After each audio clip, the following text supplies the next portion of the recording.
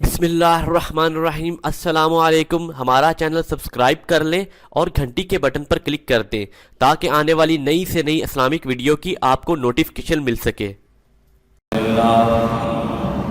الحمد لله نحمده ونستعينه ونستغفره ونعوذ بالله من شرور أنفسنا ومن سيئات أعمالنا من يهده الله فلا مضل له ومن يضلل فلا هادي له ونشهد أن لا إله إلا الله وحده لا شريك له ونشهد أن محمدا عبده ورسوله اللهم صل على محمد وعلى آل محمد كما صليت على إبراهيم وعلى آل إبراهيم إنك حميد مجيد اللهم بارك على محمد وعلى آل محمد كما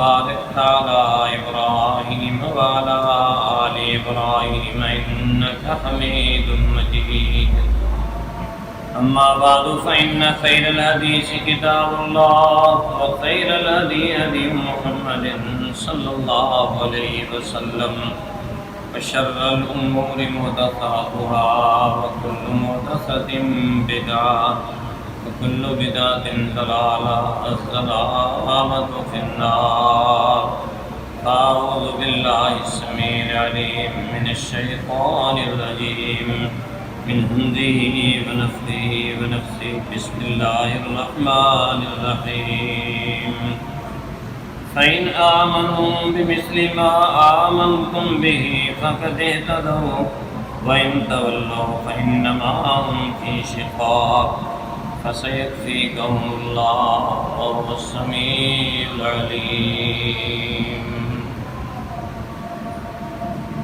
حمد و صلات کے بعد میرے محترم بھائیوں، خطبات جمعہ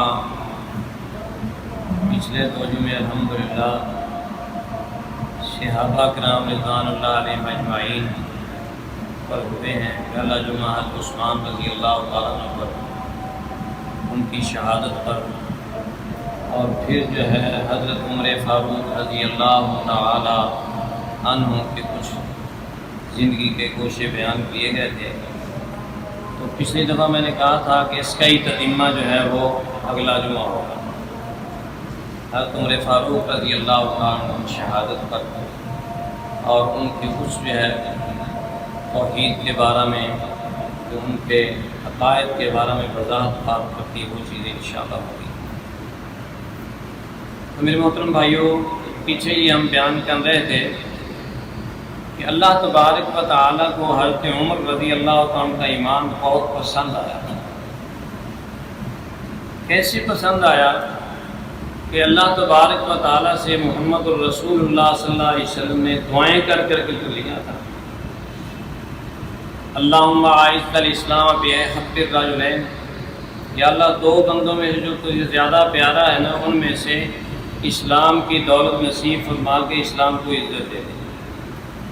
بے عمر بن خطاب کے ذریعے، یا عمر بن ہشام ابو جہل کے ذریعے، اور ایک روایت میں آتا ہے بے عمر بن خطاب خاص طور پہ حضرت عمر فاروق کے ذریعے یا اللہ اسلام کو عزت نصیب فرما۔ تو اللہ تبارک و تعالیٰ نے دعا قبول فرمائی، اسلام کی دولت سے سرفراز فرمایا، اور سابقون الاولین میں ہی شمار کیا، کیونکہ آپ رضی اللہ تعالیٰ عنہ سے پہلے 39 افراد جو ہے وہ ایمان لا چکے تھے، اور 40 میں ہیں۔ تو حضرت عمر فاروق رضی اللہ تعالیٰ عنہ کو اللہ تبارک و تعالیٰ نے الہام کا بھی ایک خاص جو ہے یہ تحفہ عنایت فرمایا تھا کہ پیارے پیغمبر صلی اللہ علیہ وسلم نے فرمایا کہ پہلی امتوں میں کچھ ایسے لوگ گزرے ہیں محدثون، جو محدث ہوتے تھے۔ ایک لفظ ہوتا ہے محدث، حدیث بیان کرنے والا، ایک ہے لفظ محدث محدث اس کو کہتے ہیں جس کی عقل پر اللہ تبارک و تعالیٰ از خود جو ہے وہ الہام کرتے ہیں۔ تو فرمایا اگر میری امت میں ہو تو وہ عمر فاروق رضی اللہ تعالیٰ عنہ، اور حضرت عمر رضی اللہ تعالیٰ عنہ کو الہامات کی بارش ہوتی تھی۔ اللہ نے حق جو ہے وہ حضرت عمر کی زبان پر جاری کر دیا تھا۔ پیچھے میں بیان کر چکا ہوں، اشارتاً پھر کہہ دیتا ہوں، بہت ساری ایسے واقعات ہیں کہ حضرت عمر رضی اللہ تعالیٰ جو کہا اللہ نے وہی بنا دیا۔ کچھ ہم نے بیان کیے تھے اور کچھ انشاءاللہ بیان کرتے ہیں، جو پہلے بیان ہو چکے ہیں اشارتاً، چونکہ نئے لوگ کچھ موجود ہیں، کہ پیارے پیغمبر صلی اللہ علیہ وسلم کے صحابی کی زبان پر یہ بات جاری ہوتی ہے کہ اللہ کے رسول صلی اللہ علیہ وسلم آپ کی ازواج مطہرات پر کچھ لوگ فاجر بھی آتے ہیں، اچھے بھی آتے ہیں، کاش کہ آپ اپنی بیویوں کو پردے کا حکم دے دیں۔ اس وقت پردہ جو ہے اس کے بارے میں اشارتاً بھی کوئی بات نہیں تھی، لیکن اللہ تبارک و تعالیٰ نے یا ایھا النبی قل لازواجک و بناتک و نساء المؤمنین یدنین علیہن من جلابیبہن کہہ کر پردہ جو ہے وہ نازل کر دیا۔ مقام ابراہیم کی بڑی عزت تھی، تو کہنے لگے اللہ کے رسول صلی اللہ علیہ وسلم اتخذنا مقام ابراہیم مصلی، کاش کہ ہم مقام ابراہیم کو جائے نماز بنا لیں۔ اللہ نے فرمایا واتخذوا من مقام ابراہیم مصلی، تم مقام ابراہیم جو ہے اس کو جائے نماز بنا لو۔ ایسی ازواج مطہرات کا مطالبہ تھا آپ صلی اللہ علیہ وسلم سے، آگے اس کی تفصیل آئے گی۔ تو حضرت عمر فاروق رضی اللہ تعالیٰ عنہ کہنے لگے کہ آپ جو ہے احتیاط کریں، کہیں ایسا نہ ہو کہ اللہ حکم دے دے کہ ان کو طلاق دے دو، ان کی جگہ اور بیویاں کرو۔ اللہ نے فرمایا سارقوا ان طلقكن ان يبدلوا ازواجا خيرا منكن مسلمات مؤمنات قانتات تائبات عابدات سائحات سیبات وابکارا۔ اے نبی صلی اللہ علیہ وسلم اپنی ازواج مطہرات سے کہہ دو ان کنتن تريدن حیات الدنیا وزینتها، اگر دیکھو دنیا کی چاہتے ہو آؤ میں تجھے طلاق دے دیتا ہوں، اچھے طریقے سے رخصت کر دیتا ہوں۔ اسارقوا ان طلقكن، قریب ہے کہ اگر پیغمبر تمہیں طلاق دے دیں، ان یبدلوا ازواجا خیرا منکن مسلمات مؤمنات، تو اللہ تبارک و تعالیٰ تمہارے بدلے اور عورتیں نبی صلی اللہ علیہ وسلم کے نکاح میں دے دیں جن کی یہ صفتیں بیان ہیں۔ تو یہ پیارے پیغمبر صلی اللہ علیہ وسلم پر اللہ تبارک و تعالیٰ نے وحی نازل کی، تو عمر فاروق رضی اللہ عنہ کی پہلی بات۔ لیکن کثیر نفسی یہ ہے، عمر فاروق رضی اللہ عنہ فرماتے وافقت ربی فی ثلاث، میں نے موافقت کی ہے اپنے رب کی 3 باتوں میں۔ یہ نہیں کہا کہ رب نے میری موافقت کی، حالانکہ ہے تو ایسے محسوس ہوتا نا کہ پہلے عمر فاروق کہتے ہیں، بعد میں اللہ قرآن بھی نازل فرماتے ہیں، لیکن کثر نفسی یہ ہے کہ وافقت ربی، میں نے موافقت کی ہے اپنے رب کی ان باتوں میں۔ ایسی ہی بدر کے قیدیوں کے بارے میں بھی مشورہ لیا گیا۔ مشورہ عمر فاروق کا کیا تھا کہ یہ جو 70 ہیں خطرناک مجرم ہیں، 70 جو ہیں وہ تو مارے گئے، ڈھیر ہو گئے، یہ جو ہمارے قبضے میں آئے ہیں یہ بھی انتہائی زیادہ خطرناک مجرم ہیں، یہ جن جن کے عزیز رشتہ دار ہیں ان کی سپرد کر دو، ان کے ہاتھوں سے ان کی گردنیں جوڑ جانی چاہیے۔ حضرت ابوبکر صدیق نے نرم جو ہے وہ مشورہ دیا کہ فدیہ لے کر ان کو چھوڑ دیا جائے۔ نبی صلی اللہ علیہ وسلم نے نرم پہلو اختیار کیا، وہ فدیہ لے کر جو چھوڑ دیا۔ اللہ نے فرمایا ما کان لنبی ان یکون له اسرا حتی یسکن فی الارض تریدون عرض الدنیا واللہ یرید الاخرہ واللہ وجیہ الحق۔ نبی کے لیے لائق ہی نہیں ہے ان یکون له اسرا، کہ اس وقت تک وہ قیدی بنائے جب تک کہ زمین میں کافروں کا خون خوب نہ بہا۔ تریدون عرض الدنیا، تم دنیا کی زندگی کے طالب ہو، دنیا کی زندگی چاہتے ہو، اس کا ساز و سامان چاہتے ہو، واللہ یرید الاخرہ، اللہ تمہارے لیے آخرت چاہتا ہے۔ اس کی تفصیل میں نہیں بیان کرتا، پچھلے جمعے بیان ہو گئی تھی کہ اللہ تبارک و تعالیٰ نے یہ جو بات فرمائی ہے کہ اگر پہلے نوشتہ نہ ہو چکا ہوتا تو یہ عذاب آ جانا تھا، اور پھر عذاب کی علامات آئیں۔ ایسی نبی صلی اللہ علیہ وسلم عبداللہ بن ابی منافقوں کا سرگنا اور سردار کو فوت ہوا، چونکہ ان کا بیٹا بھی عبداللہ نامی تھا، وہ سچا مسلمان تھا۔ اس نے نبی صلی اللہ علیہ وسلم سے درخواست کی کہ میرے باپ کا جنازہ پڑھائیے۔ پیارے پیغمبر صلی اللہ علیہ وسلم جنازہ پڑھانے کے لیے تشریف لے گئے۔ عمر فاروق رضی اللہ تعالیٰ نے آپ صلی اللہ علیہ وسلم کے دامن سے پکڑ کر کھینچا اور کہا اللہ کے رسول صلی اللہ علیہ وسلم آپ اس منافق کا جنازہ پڑھاتے ہیں جس نے فلاں وقت یہ کام کیا، فلاں وقت یہ کیا، اور بعد میں جاتے ہوئے 300 بندے لے کر واپس آ گیا تھا، جس نے تو اسلام دشمنی کی حد کر دی ہے، آپ اس کا جنازہ پڑھاتے ہیں۔ پیارے پیغمبر صلی اللہ علیہ وسلم فرمانے لگے دعني، اے عمر مجھے چھوڑ دیجیے، اللہ نے مجھے اختیار دیا ہے، استغفر لهم او لا تستغفر لهم ان تستغفر لهم 70 مرة فلن يغفر اللہ لهم، ان کے لیے بخشش کی دعا کرو یا نہ کرو، یہ اختیار دیا ہے، مجھے روکا نہیں گیا، یہ کہا گیا ہے کہ ان کے لیے استغفار کریں یا نہ کریں، بخشوں گا میں نہیں۔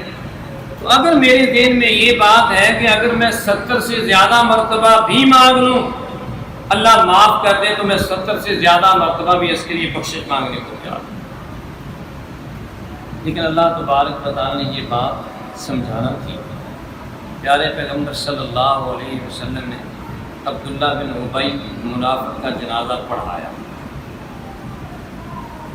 اللہ اکبر۔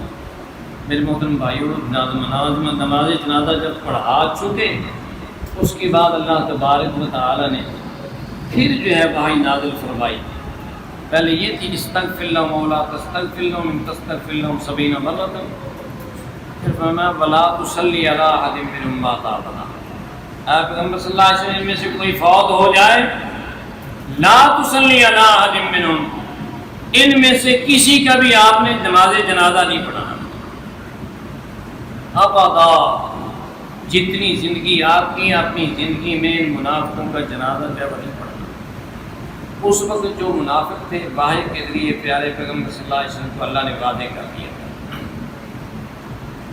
اور یہی نہیں صرف کہا، فرمایا ولا تقم علی قبرہ، کبھی قبرستان کے پاس سے گزرنا ہو تو ان کی قبر کے پاس بھی نہیں ٹھہرنا، انہم کفروا باللہ ورسولہ۔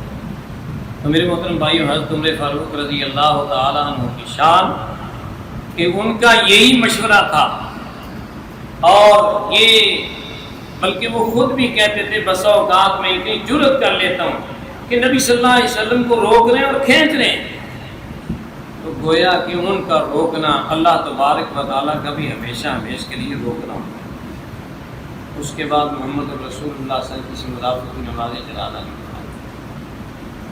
اللہ اکبر۔ آپ کی توحید کا یہ عالم تھا کہ وہ کام جو نبی صلی اللہ علیہ وسلم کو کرتے دیکھا ہے، اور اس میں بھی اگر کچھ ایسی بات محسوس ہوتی ہے کہ لوگ سمجھیں گے، اس کی حقیقت نہیں سمجھتے ہوئے اس کو ظاہری جو ہے وہ چیز سمجھ لیں گے، اس پر بھی انہوں نے واضح بات کر دی کہ یہ کام ہم کرتے ہیں تو صرف اس لیے کرتے ہیں کہ رسول اللہ صلی اللہ علیہ وسلم کیا ہے، جیسا کہ حجر اسود کو چومتے ہوئے، کیونکہ حجر اسود کو بوسہ دینا یہ نبی صلی اللہ علیہ وسلم کی سنت ہے، آپ صلی اللہ علیہ وسلم نے چوما ہے، صحابہ بھی چومتے ہیں، ہم بھی چومتے ہیں اگر موقع مل جائے تو، اور اس کو استعلام کرنا یعنی اگر چوم نہیں سکتے تو ہاتھ لگانا، ہاتھ کو چوم لینا، یعنی اس قدر اہم ہے، نہیں تو دور سے اشارہ ہی کر دینا، یہ ایک شعار ہے اسلام کا۔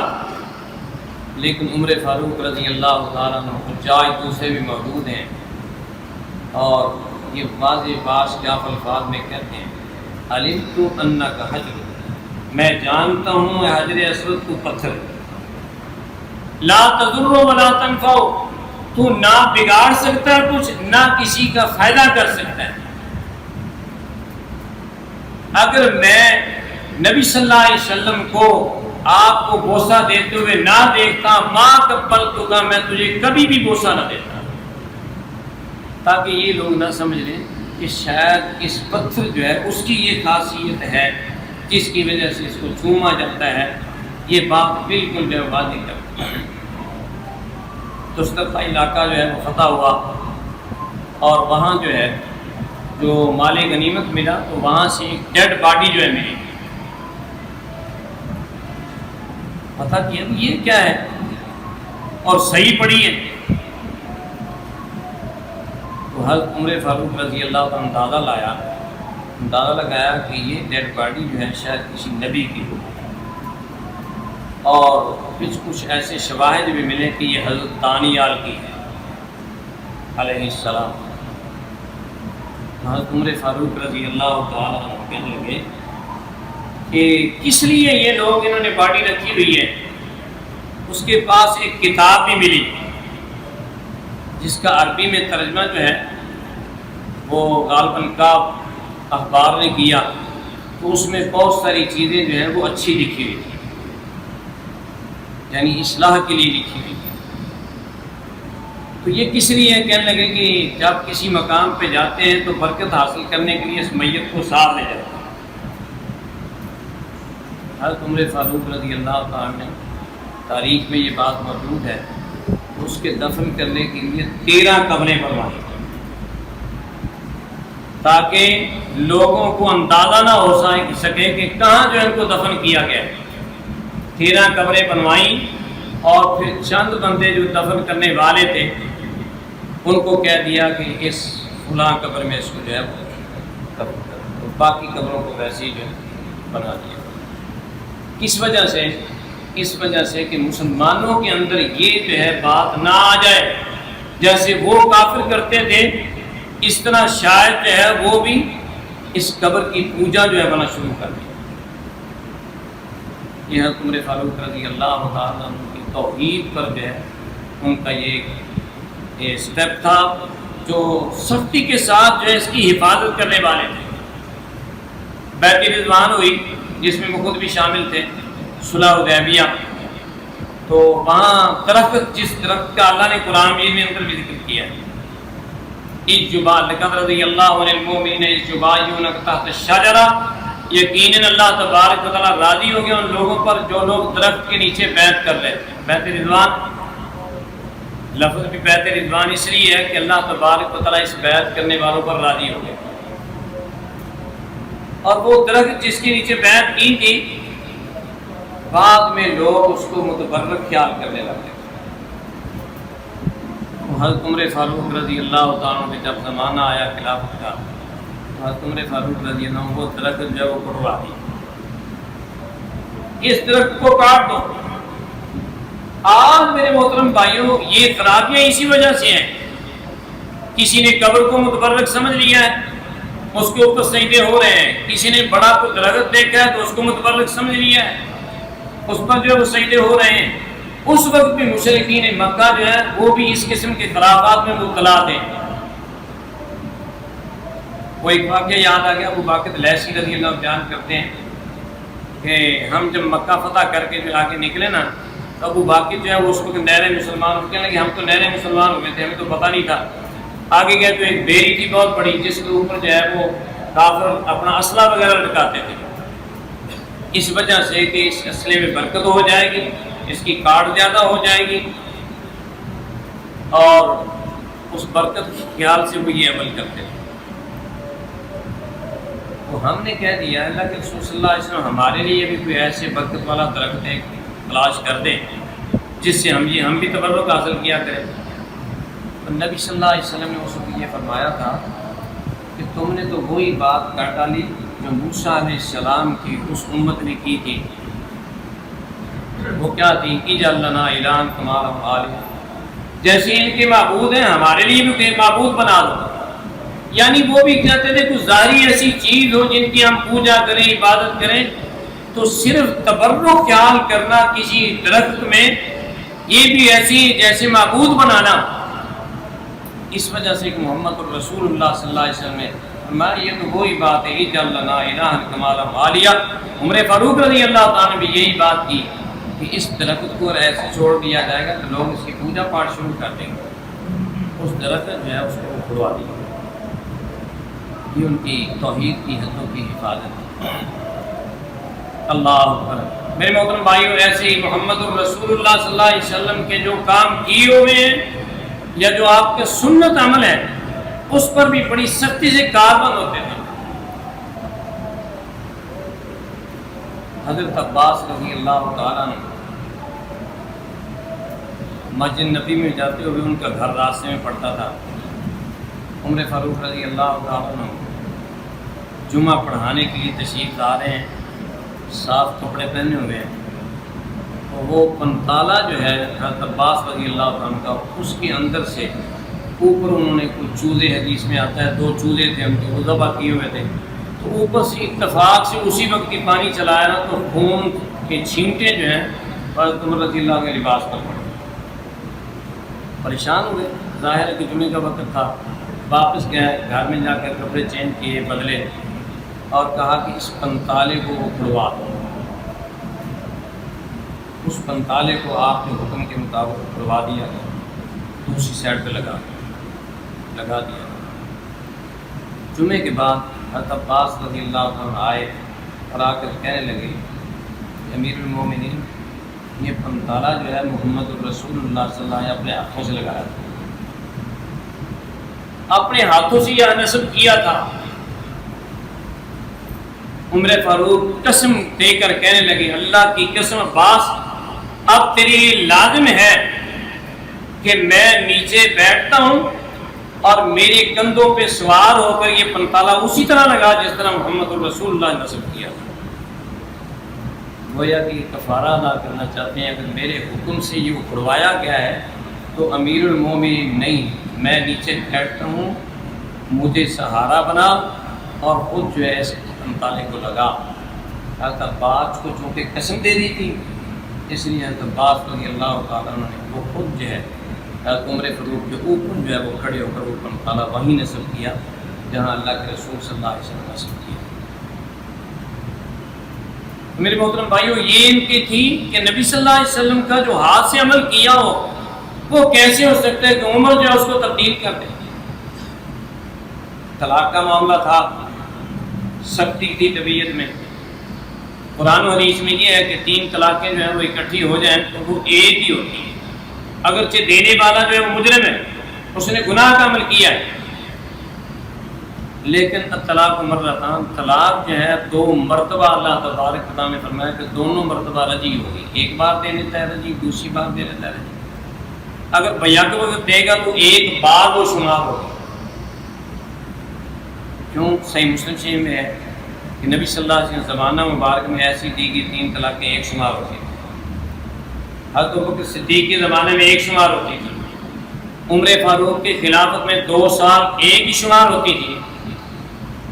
پھر عمر فاروق کہنے لگے کہ لوگوں نے تو جلد بازی شروع کر دی تھی کہ جو بھی بندہ کھڑا ہوتا ہے وہ 3 طلاقیں کہتا ہے، لو امضیناہ، کاش کہ ہم اس کو جاری نہ کر دیں، امضاؤ، پھر جاری کر دیا کہ اب جو بندہ 3 طلاقیں دے گا تو وہ تینوں شمار کر لیا۔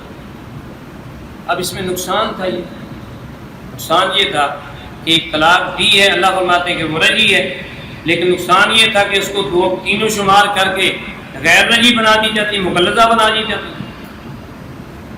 اور پھر عمر فاروق رضی اللہ عنہ آخر عمر میں اغاثۃ اللحفان میں موجود ہے یہ رجوع، انہیں رجوع کیا اور کہنے لگے کہ مجھے اتنی ندامت کسی اور فیصلے پر نہیں ہوئی جتنی ندامت اس طلاق والے معاملے میں ہوئی ہے۔ اور ایک یہ فیصلہ تھا کہ اگر کوئی اور بین کرنے والی ہے نا تو اس کو قتل کر دیا۔ بین کیا ہوتا ہے؟ میت پر رونا دھونا، اتنی سخت سزا کہ جو بین کرے نا اس کو قتل کر۔ میں یہ 2 فیصلے جو ہیں اس پر مجھے ندامت ہوئی، یہ طلاق والا معاملہ ہے۔ بات یہ ہے کان وقف لکتاب اللہ، اللہ کی کتاب کے سامنے تو بہت زیادہ وہ وقف کرنے والے، ٹھہر جانے والے تھے۔ اس طرح ایک واقعہ وہ یعنا بن محسن رضی اللہ تعالیٰ عنہ، انہوں نے حر بن قیس جو ان کے عزیز تھے ان سے کہا کہ مجھے امیر المومنین سے ملائیے۔ انہوں نے کہا ٹھیک ہے۔ اب ملاقات طے ہوئی، جب گئے تو چلتے ہی جاتے ہی انہوں نے پہلے ہی سب سے یہ کہا کہ امیر المومنین آپ ہمیں کچھ دیتے تو ہے نہیں، آپ فیصلے بھی صحیح نہیں کرتے، یعنی اس قسم کے الفاظ گستاخانہ جو ہے ان کے منہ سے نکلے۔ حضرت عمر فاروق رضی اللہ عنہ پر تقاضۂ بشریت غصہ آیا، اور اسی وقت حر بن قیس کہنے لگے والکاظمین الغیظ والعافین عن الناس واللہ یحب المحسنین۔ قرآن مجید کی یہ لفظ آیت یہ سننا ہی تھی تو ایسے ہو گئے جیسے بالکل بجھ جاتے ہیں، فوراً خاموش ہو گئے، اور اس پر جو ہے وہ کسی قسم کی کوئی سزا اور کوئی قدم جو ہے بری نکالی۔ اور اس وقت انہوں نے کہا تھا کان وقافا لکتاب اللہ، حضرت عمر فاروق اللہ کی کتاب کے سامنے تو فوراً بریک لگا دیتے ہیں، فوراً رک جاتے ہیں، اس کے آگے جو ہے وہ کوئی قدم نہیں اٹھاتے جب یہ حوالہ دے دیا جائے کہ اللہ تبارک و تعالیٰ یہ فرماتے ہیں۔ اللہ اکبر۔ تو میرے محترم بھائیوں، یہ باتیں اگر بیان کی جائیں تو بے شمار ہیں، لیکن چونکہ وقت تھوڑا ہے تو شہادت پر بھی کچھ میں بات کرنا چاہتا ہوں، اصل جو میرا موضوع تھا۔ حضرت عمر فاروق رضی اللہ تعالیٰ عنہ چونکہ اللہ تبارک و تعالیٰ نے عبقری شخصیت بنایا تھا، اور ان کے زمانے میں بڑی فتوحات ہوئی تھی، 22 لاکھ مربع میل کے حکمران تھے، بڑی فتوحات، لیکن کفر جو ہے وہ ہمیشہ حضرت عمر سے خائف تھا۔ اللہ اکبر۔ میں نے کسی انگریز کا قول جو ہے وہ سنا ہے، کہتے ہیں کہ اگر 500 سال تک اگر ان جیسوں کو حکومت مل جاتی تو کوئی جو ہے وہ کافر دنیا میں نہ بچتا۔ واللہ عالم حقیقت ہے۔ تو مقصد یہ ایک بات کرنے کا کہ کافر جو ہے ہمیشہ یہ خائف تھا کہ اس طرح اگر فتوحات ہوتی رہی تو ہمارا تو کلا کما ہو جائے گا۔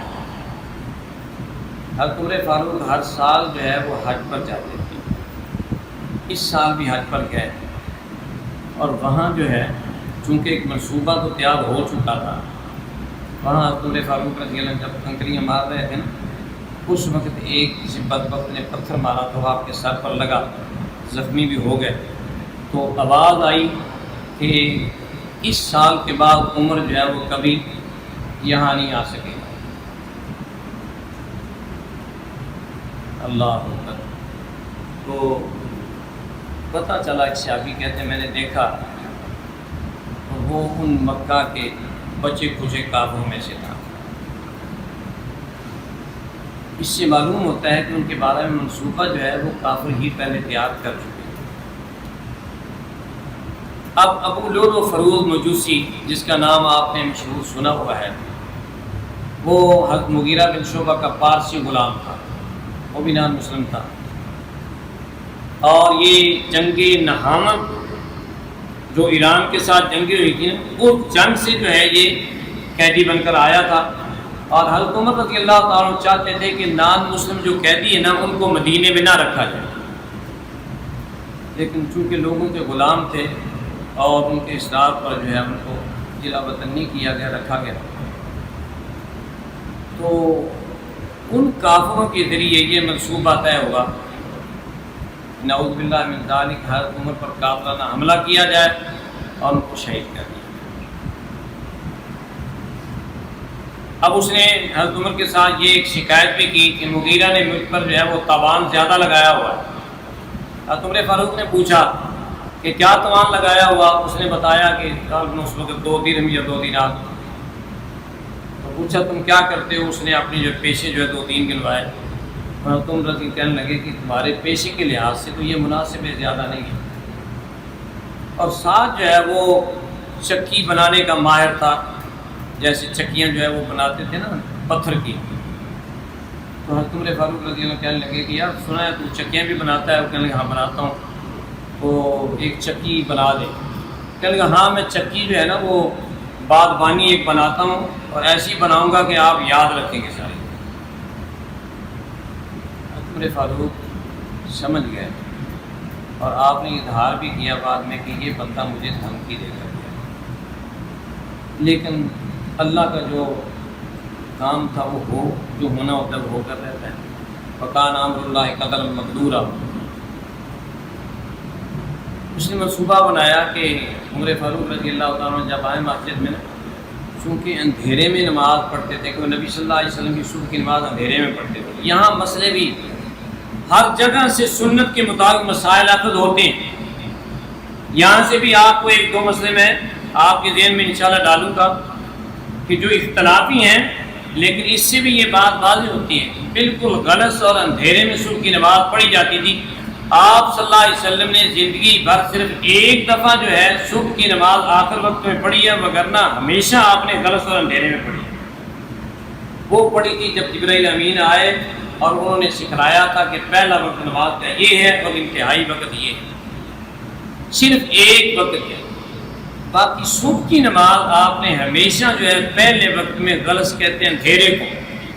صحابہ کہتے ہیں کہ لا یکاد منا یعرف بعض و بعض، ہم میں سے کوئی بندہ کسی کو پہچان نہیں سکتا تھا ساتھ کھڑا ہوا کہ کون ہے۔ اور آپ صلی اللہ علیہ وسلم 100 آیات تقریباً تلاوت کرتے تھے، 60 سے 100۔ جب سلام پھرتا تھا تو ساتھ والا بندہ پتہ چلتا تھا کہ یہ فلاں، پھر بھی اندھیرا ہوتا ہے۔ عمر فاروق بھی غلط میں آتے تھے، تو وہ بدبخت ابو لولو جو ہے وہ پہلے سے 2 دھاری اس نے خنجر لیا ہوا تھا۔ 2 دھاری اس کو کہتے ہیں کہ دونوں سائڈوں پہ بھل کے درمیان میں اس کو کھا، اس نے اپنے کمبل میں چھپا کر جو ہے وہ مسجد نبی میں چھپا بیٹھا تھا۔ حضرت عمر فاروق تشریف لائے، صفیں جو ہے وہ سیدھی ہو چکی تھیں۔ حضرت عمر فاروق معمول یہ تھا کہ صفوں کو درست کرتے کرتے جو ہے مصلی پر پہنچتے، مصلی پر پہنچے ہیں، جا کر جو ہے کہ اللہ اکبر کہا ہے کہ رات شروع کرنے لگے، تو وہ بدبخت سامنے آیا اور اس نے خنجر جو ہے وہ مارے۔ حضرت عمر فاروق کے خنجر جو ہے جو لگے ان میں سے ایک خنجر جو ہے وہ ناف کے نیچے لگا۔ یہ باقاعدہ طور پہ سیرت میں کی کتابوں میں موجود ہے کہ ایک خنجر جو ہے جو کاری ضرب جس کی لگی تھی، جس سے آنکھیں کٹ گئی تھیں، وہ جو ہے وہ ناف کے نیچے لگا۔ خنجر کا لگنا تھا، حضرت عمر فاروق کے منہ سے یہ لفظ نکلے کہ کتا مجھے کاٹ گیا، اور اسی طرح وہ گر پڑے۔ اب وہ بدبخت جو ہے صفوں میں گھسا، نکلنے کی کوشش کر رہا تھا۔ صفیں جو ہیں اس طرح نہیں تھی جیسے خلا لوگ لیے جو بیٹھے ہوتے ہیں، ورنہ تو آسانی سے نکل جاتے ہیں۔ کانم بنیان مرصوص، جیسے چونا کا دیوار ہوتی ہے اس طرح صفیں ہوتی تھی۔ آج بھی صفیں اسی طرح ہونی چاہیے، کندھے کے ساتھ کندھا، پاؤں کے ساتھ پاؤں ملا ہونا چاہیے۔ اس کو نکلنے کی گنجائش نہیں مل رہی تھی۔ اس نے جاتے جاتے 13 بندوں کو جو ہے زخمی کیا، جن میں سے 7 جو ہے وہ شہید ہو گئے۔ اب ایک بندے نے ہمت کر کے وہ کمبل جو ہے اس کے اوپر پھینکا اور اس کو دبوچ لیا۔ جب دبوچا اس نے سمجھا آپ نہیں نکلوں گا، اس نے اپنے اوپر وار کر کے خود کو کر دیا۔ حضرت عبد الرحمن بن عوف رضی اللہ تعالیٰ عنہ وہ موجود تھے۔ حضرت عمر فاروق نے ان کا بازو پکڑا، آگے کیا، انہوں نے مختصر صورت انا اعطیناک الکوثر والعصر یہ پڑھ کر جو ہے جلدی جلدی نماز جو مکمل کروا دی۔ طبیب کو بلایا گیا، حضرت عمر فاروق کو جو ہے وہ پہلے کھجوروں کا جو نبیذ پلایا گیا وہ آنتریوں کے ذریعے نکل گیا، پھر جو ہے وہ دودھ پلایا گیا وہ بھی نکل گیا۔ طبیب کہنے لگا کہ بس یہ اللہ کا ذکر کرے، یہ معاملہ جو ہے وہ بہت سنجیدہ ہے۔ عمر فاروق رضی اللہ عنہ بھی سمجھ گئے کہ اب تو شہادت جو ہے وہ یقینی ہے، اور حضرت عمر فاروق رضی اللہ تعالیٰ عنہ اس لیے بھی سمجھ گئے کہ دعا بھی کیا کرتے تھے یہ، اللہم ارزقنی شہادۃ فی سبیلک واجعل موتی فی بلد رسولک، یا اللہ مجھے شہادت عطا فرمانا، اپنے موت کی شہادت عطا فرمانا، اور موت بھی آئے فی بلد رسولک، تیرے پیغمبر کے شہر میں۔ حضرت حفصہ جو ان کی بیٹی تھی وہ کہتی تھی ابا جی آپ عجیب دعا مانگتے ہیں، آپ کہتے ہیں کہ شہادت کی موت بھی آئے اور آئے بھی شہر مدینہ میں، تو اسلام کی تو سرحدیں آپ کے زمانے میں اتنی پھیل چکے ہیں دور دراز، یہاں شہادت کیسے ملے گی؟ تو کہنے لگے اللہ تبارک تعالیٰ چیز پر قادر ہے۔ تو گویا کہ وہ مدینہ رسول نہیں بلکہ مصلی رسول پر جو ہے وہ شہادت ہے۔ اس لیے جب یہ یقین ہو گیا تو اس وقت پوچھا کہ ہاں یہ بتاؤ کہ مجھے قتل کرنے والا ہے کون؟ بتایا گیا کہ یہ مجوسی غلام ہے فلاں کا. اس وقت کہا الحمدللہ تمام طریقے اللہ کے لیے ہیں کہ جو قتل کرنے والا ہے وہ ایمان کا دعوے دار ہے. یعنی کافر کے ہاتھوں اللہ نے مجھے موت عطا فرمائی. ایمان کا دعوے دار ہوتا چاہے منافق بھی ہوتا پھر بھی ایک ذہن جو ہے تھوڑی سی خلش رہ جاتی کہ یار مارنے والا بھی مسلمان ہے مرنے والا بھی مسلمان ہے. اس لیے اللہ کا شکر ادا کیا کہ مارنے والا مجھے جو ہے وہ کافر ہے. اور کافر جو مار رہا ہے مسلمان کو نبی صلی اللہ علیہ وسلم نے فرمایا لا یجتمع مسلم و قاتل فی النار. مسلم آدمی اور اس کا قتل کرنے والا جو ہے دونوں اللہ اکبر جہنم میں نہیں جا سکتے. تو حضرت عمر فاروق نے اس پر جو ہے وہ اللہ کی تعریف کی اور پھر جو ہے ایک شورا جو ہے وہ بنا دی 6 آدمیوں کی کہ لوگ کہنے لگے نا کہ آپ جو ہے کوئی اپنا جانشین مقرر کر دیں. وہ کہنے لگے کہ میں جانشین مقرر نہیں کرتا لیکن 6 آدمی جو ہیں ان کی میں کمیٹی بنا دیتا ہوں اس میں سے ہی انتخاب کرنا. حضرت عثمان رضی اللہ تعالیٰ عنہ، حضرت علی المرتضیٰ رضی اللہ تعالیٰ عنہ، حضرت زبیر رضی اللہ تعالیٰ عنہ، حضرت طلحہ رضی اللہ تعالیٰ عنہ، حضرت عبد الرحمن بن عوف رضی اللہ تعالیٰ عنہ، حضرت سعد بن وقاص رضی اللہ تعالیٰ عنہ. یہ 6 صحابی جو ہیں فرمانے لگے کہ جب اللہ کے رسول سے دنیا سے رخصت ہو گئے تھے نا تو اس وقت وہ ان سے راضی تھے. اللہ اکبر. عبداللہ بن عمر جو ان کے بیٹے تھے کہنے لگے کہ میں ان کو شورا میں شامل نہیں کرتا لیکن یہ ساتھ رہیں گے. اور میرے محترم بھائیو ایک بات اور میں آپ کو مسائل کے بارے میں بتانا چاہتا ہوں. ایک یہ بات کرنا تھا کہ ناف کے نیچے جو آپ کو زخم آیا تھا جس کی وجہ سے آپ کو شہادت ہوئی، اللہ اکبر، یہ نقطہ جو ہے ہمارے مولانا شمشاد سلفی صاحب بیان کیا کرتے تھے کہ بھئی اگر ناف کے نیچے ہاتھ باندھے ہوتے تو ہاتھ بھی زخمی ہونے تھے. ناف کے نیچے ہاتھ باندھے ہوتے تو ہاتھ بھی زخمی ہونے تھے. معلوم ہوا کہ ناف کے نیچے حضرت عمر فاروق کے ہاتھ نہیں تھے، سینے پر ہاتھ تھے کیونکہ صحیح حدیث کی سینے پر ہاتھ تھے. اچھا دوسری بات جو ہے وہ یہ ہے کہ حضرت سعید بن زید وہ آپ کے بہنوئی تھے. جس وقت حضرت عمر فاروق زخمی حالت میں پڑے ہیں اس وقت حضرت ابوبکر صدیق تو پہلے ہی فوت ہو چکے ہیں. یہ عشرہ مبشرہ کی بات میں کر رہا ہوں جن کو اللہ کے رسول صلی اللہ علیہ وسلم نے زندگی میں جنت کی بشارت دی. عمر فاروق جو ہے وہ شہادت کے قریب ہیں. 2 یہ گئے اور ایک جو ہے عبیدہ بن جراح ان کی پہلے ڈیتھ ان کی بھی ہو چکی ہے. 3 گئے باقی رہ گئے 7. 7 میں سے 6 کی کمیٹی بنائی ہے اور 7واں شامل نہیں کیا. کیوں؟ وہ حضرت عمر فاروق کے بہنوئی تھے. وہ نہیں چاہتے تھے کہ میرے گھر کا کوئی فرد جو ہے اس کمیٹی میں آئے. عشرہ مبشرہ اگر ان میں سے باقی ماندہ 7 کو کرتے تو اس لحاظ سے ٹھیک تھا کہ عشرہ مبشرہ ان میں سے 7 باقی 7 کو کر دیا، لیکن ان میں سے بھی ایک جو ہے وہ اپنا عزیز داری کی وجہ سے حضرت عمر فاروق رضی اللہ تعالیٰ نے ان کو شامل نہیں کیا. باقی 6 ہیں. ان میں سے حضرت عبد الرحمن بن عوف کہنے لگے کہ ہم میں سے ایسے ہے کہ 3 بندے جو ہیں وہ 3 کے حق میں دستبردار ہوئے. اللہ سب سے پہلے تو کہنے لگے کہ میں تو چاہتا نہیں، میں تو خلیفہ نہیں بننا چاہتا. اب یہ ہے کہ حضرت زبیر حضرت علی کے حق میں دستبردار ہو گئے اور حضرت طلحہ جو ہے عثمان رضی اللہ عنہ دستبردار ہو گئے. اس طرح جو ہے ان کی دستبرداری کے بعد پھر کہنے لگے کہ چلو یار ایسے کرو ایک بندے کو یہ اختیار دے دو جس کو جو ہے وہ چاہے منتخب کر دے. تو حضرت عبد الرحمن بن عوف پر جو ہے وہی ان کی نظر پڑی، کہنے لگے کہ آپ جیسے کر دیں. انہوں نے بڑی ہی عمدہ تدبیر کے ساتھ انتخاب جو کیا اس میں یہ ہے کہ پہلے حضرت علی رضی اللہ عنہ سے رائے مانگی کہ اگر آپ کو جو ہے میں خلیفہ بنا دوں تو آپ جو ہے یہ حقوق ادا کرو گے، ان سے منوائی بات۔ اور پھر یہ ہے کہ اگر میں عثمان کو خلیفہ بنا دوں کہتا ہوں تم ان کو مانو گے؟